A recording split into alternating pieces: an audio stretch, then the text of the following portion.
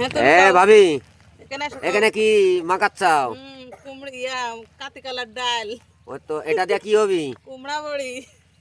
এটা তো বড়ি বানাতে খালি ডালি লাগে না আর কি লাগে? কুমড় লাগে, কালি জিরা লাগে, জিরা লাগে। ও এইভাবে কতক্ষণ পর্যন্ত মাখাতে হয়? তাও 1 ঘন্টা 1.5 ঘন্টা মাখাতে হবে। এটা মাখাতে মাখাতেই পানির মধ্যে দিয়া ভাসি থাকবে না পানি, তারপরে গা বড়ি প্রস্তুতে চলে যাবে, এই তো নাকি? আর এটা খাতে কেমন লাগে? সেই টেস্ট, সেই স্বাদ না? প্রিয় ভিউয়ার্স, এই যে লাড়াচাড়া করতেছে দেখেন, খুব সুন্দরভাবে মাখায় নিচ্ছে। এটা যত মাখাবি সেত সাদা হবি আর সেত সুন্দর হবি।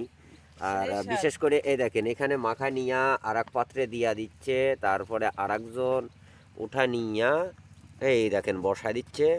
এটা আবার রোদে শুকানো হবে, শুকানোর পরে গা খাওয়া হবে।